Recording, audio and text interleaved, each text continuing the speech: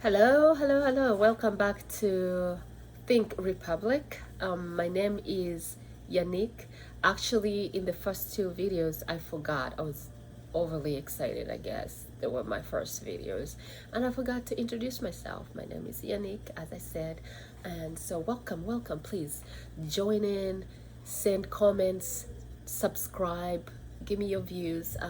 Let's make this happen. Let's keep going. We gotta change some behaviors. We're gonna change, work together to change attitudes and some ways that of things happening around. Anyway, today I'm gonna talk about the maids, especially women who go to the Middle East to work there, looking for greener pastures.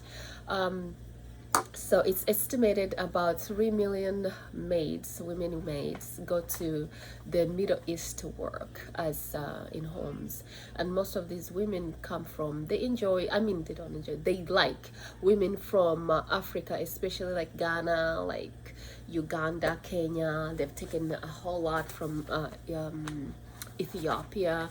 And primarily two reasons they would prefer, mostly like women from Ghana and Kenya, because they speak somewhat good English and they understand each other, and then also in Uganda.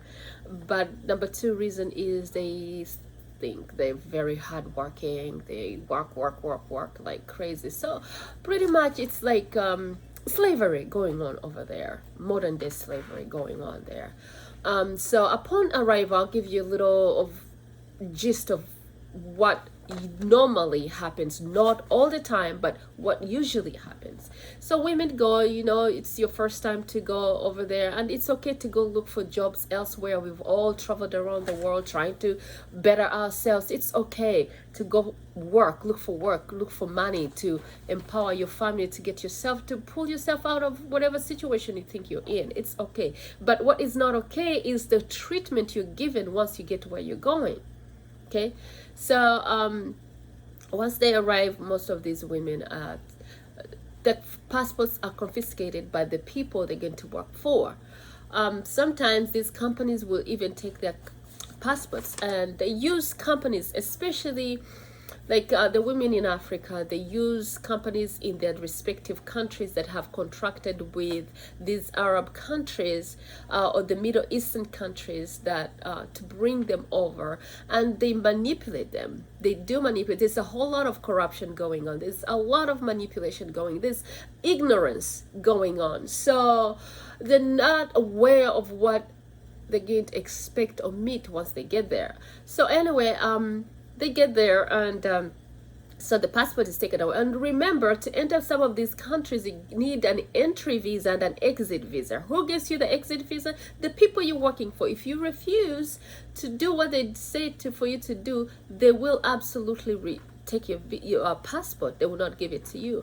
So most of these women are in homes, and they're trapped, overworked, underpaid, and abused. There's a lot of abuse going on, as I'm going to demonstrate and show you in different videos of people talking about what they're going through. No one in Jordan, not her employers or the recruitment agency, informed Mary's family of the accident until she was put on a plane home. Now this is her.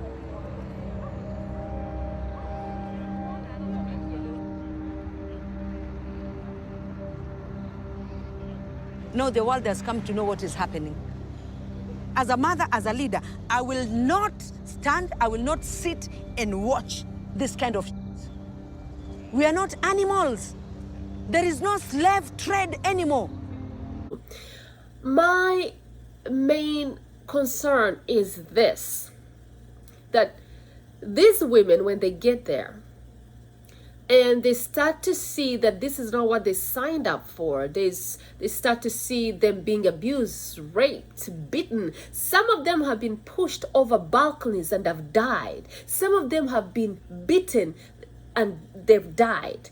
Some of them, you will not believe the things that are going on. He told me, I want you. And I told him, no, I can't, I'm married. And he told me, you're in my house, you have to obey my roles in this house. I was feeling confused, even I was wishing I would die. It was hard. When they reach out and try to contact the embassies, the people supposed to represent them, what do? They ignore them. Or go back to where you're working. Please, you have come all this way. You've been here for 2 years. What are you going to show for what you did? Instead of running to intervene and say, life is more treasurable than the money. Save your people. I'll go to your embassy and I'll look for someone who can help you to go back to your country. And that's what happened. He went and talked to someone, then someone from the embassy came and asked me, what do you want? I said, I want to go back home. Then he was like, what will you go home with? I said, even if I have nothing to go home with. What is wrong with these embassies? Why are you there to represent people, but then you deny to take them up? We've seen women who've been pushed over balconies. Huh? You hear that. Where? Why are you there? So there's a lot of corruption. This, especially in some of these African countries and their embassies and their representation that is over there. They go in and they take bribes. They decide to turn and look the other way while the people are dying. Tell me, why do you allow such kind of thing to be treated, to be done to your people? Huh? Look at this woman, Mary. She was Mary from Kenya. She was burned. What did they do? They never reported her. They never did anything. And then the next thing they knew, because she spent like almost 2 months, I believe, nothing. People at home didn't know anything. The embassy, nothing. They hid this. The next thing was Mary was put on a plane and sent back to Kenya. They just saw her arrive at the airport. And then what do, Kenyans? You're supposed to step up. Tell me, show me one person from the Middle East who has come to you guys, to your countries, and something happens and they don't speak up. Why do you let that happen to you? Mary Mbela, the maid who was burnt while working in Jordan, died of her injuries a month after she was returned to Kenya. Her family was never compensated. Why do you want to leave your people and let those kind of things happen to them? Look at this COVID-19 business going on.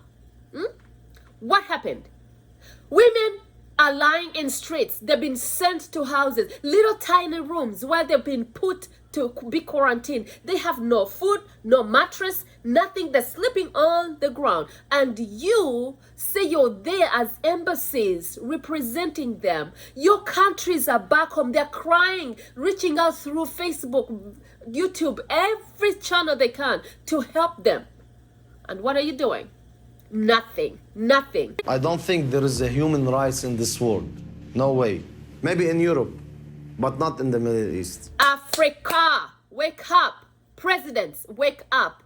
This is your time to step up and do what is right for your people. There's not going to be any progress, any development in Africa if we don't start liking and loving one another, accepting one another the way we are, pull each other up, okay?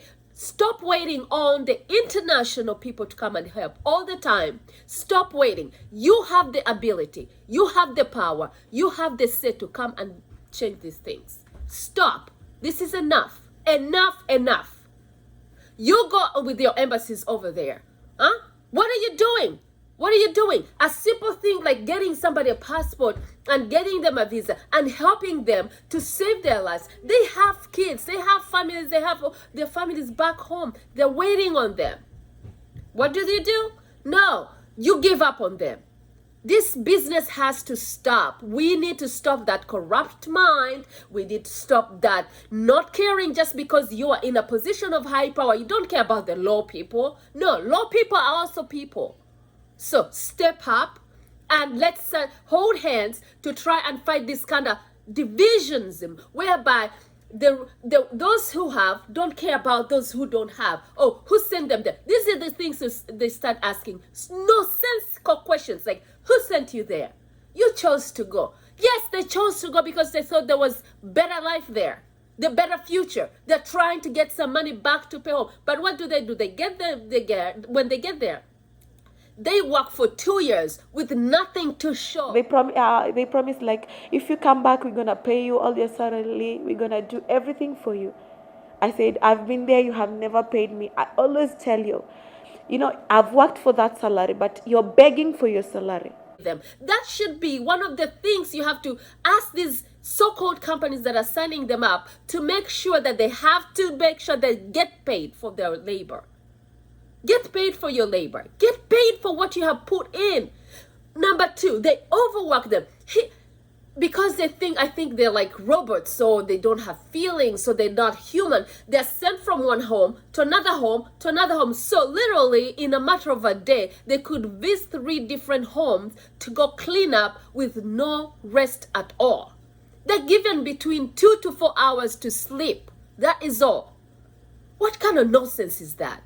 I mean, this is modern day slavery. Say as it is, it's slavery. Stop this. You are there to try and help these people, not to go sit in your big homes, big houses. I'm talking especially the embassies and the people who represent these women who go to the Middle East. The Middle East is not the best place to go to find a job. I'm telling you. If this is how they're going to treat you, if this is how they're going to treat people, wake up. Maybe stop those contracts, stop those companies that are luring all these young women who are, first of all, naive. They're not being trained in what they're going to expect. They've not been trained in what is good. Oh, they just tell them, okay, you're grown up, so anything goes. What is that supposed to mean? Anyway, again. Oh, no, calm down, Yannick. Let's hold hands, please, people. We need to stop these issues. We need to talk about this. If it hurts you just as much as it hurts me, if it bothers you just as much as it bothers me, leave a comment, subscribe. Let us change this kind of mentality. Change this mentality, please. Thank you. Thank you for watching, and I love you for watching. Please keep up.